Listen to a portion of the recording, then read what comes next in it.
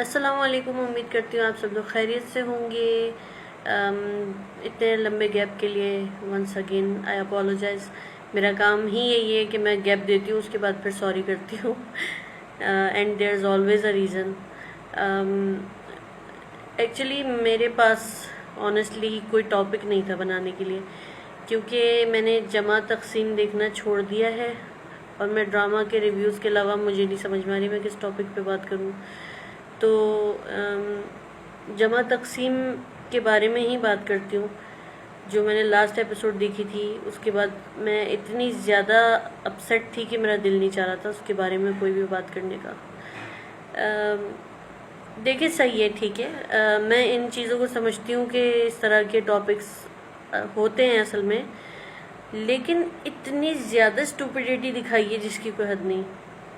आप में से बहुत सारे लोगों को शायद मेरी बात बहुत बुरी लगे, क्योंकि आप लोग बहुत ज़्यादा लाइक कर रहे हैं उस ड्रामे को, और शायद आप लोगों के लिहाज से वो सही भी हो और एक तरह से वो ड्रामा सही भी है।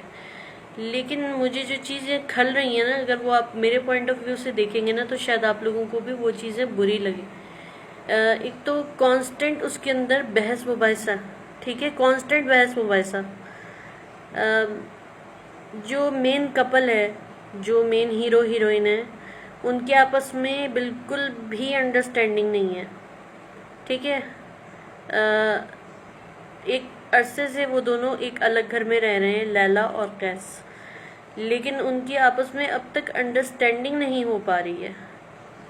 उनके आपस में झगड़े रहते हैं, वो उसको मिसअंडरस्टैंड करता है, वो उसको मिसअंडरस्टैंड करती है, और मोस्ट ऑफ द टाइम यही होता है कि कैस को अपनी सफाई में कुछ ना कुछ कहना पड़ता है। वो ज़्यादातर उसको ये कन्विंस करने की कोशिश कर रहा होता है कि नहीं, मेरा ये मतलब नहीं था, नहीं, मैं ये नहीं कह रहा था। और कैस साहब का ये तरीका है कि वो उनको अपने घर वालों का गुस्सा हर वक्त अपनी बीवी पे निकालना होता है। तो मेन चीज़ ही इतनी इरिटेटिंग है। उसके बाद एक चीज़ जो मुझे बेइंतहा जलील किस्म की लगी है ना, सॉरी टू से इस तरह के अल्फाज इस्तेमाल करने के लिए, जो लैला की मदर हैं, उन्होंने जो बदतमीज़ी मचाई हुई है ना यार, मुझे आप एक बात बताइए। बहुत सारी वर्किंग वुमेन होती हैं और मर्द हजरात भी होते हैं ऐसे जो काम कर रहे होते हैं, जिनको कभी ना कभी रिटायर होना पड़ता है। किसी का भी दिमाग इस तरह से ख़राब नहीं होता जिस तरह इस औरत का दिमाग ख़राब हो गया है। इनके पास बस एक ही टॉपिक है, मेरी जॉब चली गई, मेरी जॉब चली गई, मेरी जॉब चली गई।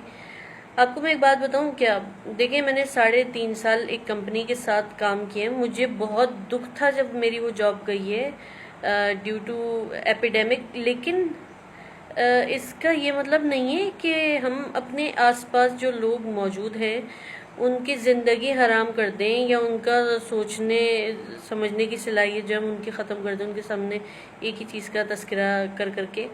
और इन मैडम को अपने हालात देखकर भी ये ख्याल नहीं आ रहा कि अपनी बेटी को भी उसी राह पर चलाना चाह रही है जिस पर खुद चल के वो अब जाके इस पोजीशन में है कि उनके पास रोने के अलावा और कोई बात नहीं होती है। तो वो चाह रही है कि उनकी बेटी भी उनके नक्शे कदम पर चले, और बुढ़ापे में जब वो अकेली हो तो वो रोती रहे दीवारें घूर घूर के कि अब तो मैं कपड़े पहन के बाहर नहीं जा सकती, तो मैं अब यूँ नहीं कर सकती। और फिर उसके बाद इनका जो ये सीन हुआ है ना कि ये सब जाके कैस के घर पे जो ठहरे, कैस और लैला के घर पे, ये यहाँ पे तो इतना मेरा दिमाग ख़राब हो चुका है ना ये सीन पूरा देखकर। देखिए, जो हमीद का सीन दिखाया है उसके साथ जो कुछ हो रहा है वो सब एक अंडरस्टैंडेबल चीज़ है, क्योंकि वो बंदा, उसके घर वाले, मतलब उसकी बीवी ख़ास तौर पे बहुत ज़्यादा खुद गर्ज और बदतमीज़ किस्म के लोग, और इतनी ज़्यादा बदतमीज़ी उस औरत ने की थी उस एपिसोड में कि वो देखी नहीं जा रही थी।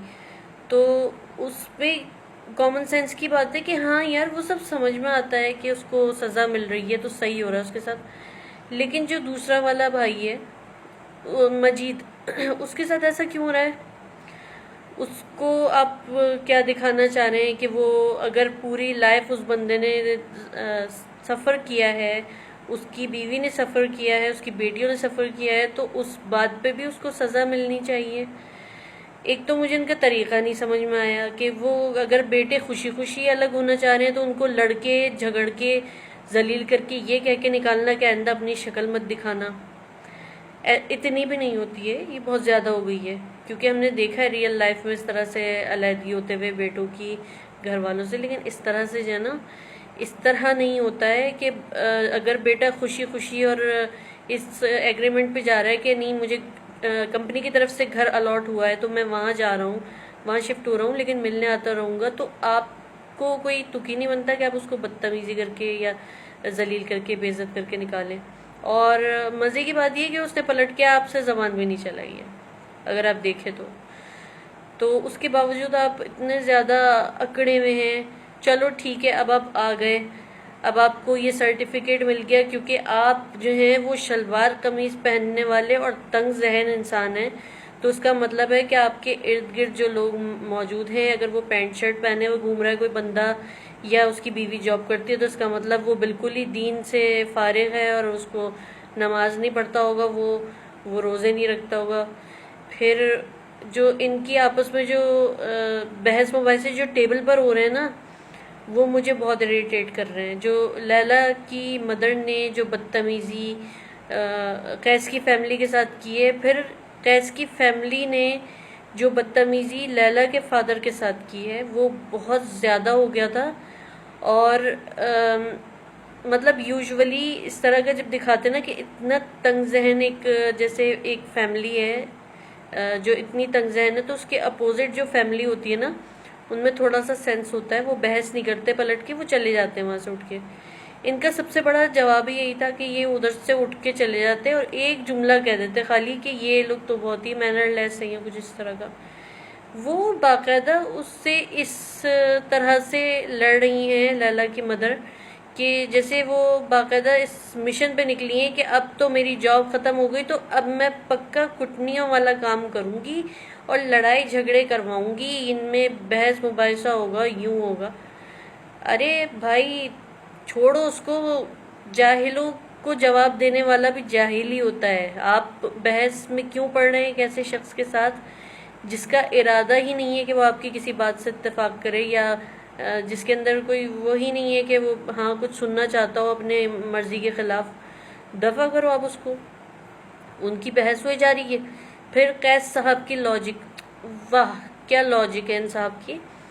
इन्होंने पहले कहा कि तुम आज खाली इंटरव्यू के लिए मत जाओ, बाद में चली जाना, और आगे तुम्हारी मर्जी में मतलब तुम्हें मैं कोई एतराज़ नहीं करूँगा। मतलब उसको बेसिकली वो ये कहना चाह रहा था कि तुम्हारी जॉब करने ना करने, इंटरव्यू देने ना देने पे मुझे कोई एतराज़ नहीं होगा।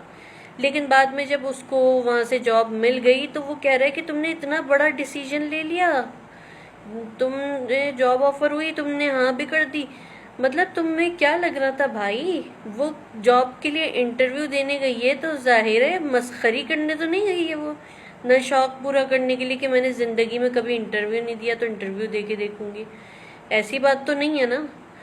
तो वो जाहिर सी बात है कि एक जगह जब बंदा जॉब के लिए अप्लाई करेगा तो उसको वहाँ से जवाब ही आएगा हाँ या ना में, और वो पढ़ी लिखी बंदी है, उसको हाँ में जवाब आ गया। तो आप क्या एक्सपेक्ट कर रहे थे कि वहाँ से और क्या मिलेगा उसको। और इन दी एंड सब चीज़ें छोड़कर मैं ये देख रही हूँ, मैं ये समझने की कोशिश कर रही हूँ कि इनकी अंडरस्टैंडिंग कहाँ है। इसमें ओवरऑल जो फैमिलीज दिखाई हैं उनमें आपस में किसी की भी किसी से भी अंडरस्टैंडिंग नहीं है। आप देखिए लैला की कैस से नहीं है, ठीक है, जो उनके अम्मा अब्बा हैं तीनों लड़कों के, उनकी आपस में अंडरस्टैंडिंग नहीं है। लैला की मदर की उनके फादर के साथ अंडरस्टैंडिंग नहीं है, लैला के फादर के साथ। और जो बच्चे हैं उनकी अपनी बीवियों के साथ कोई अंडरस्टैंडिंग नहीं है। तो इसमें कुछ भी मतलब जमा तो है ही नहीं ना, सब तकसीम ही तकसीम है। क्या है ये ड्रामा। तो मुझे हो रही थी इससे बहुत ज़्यादा टेंशन और उलझन।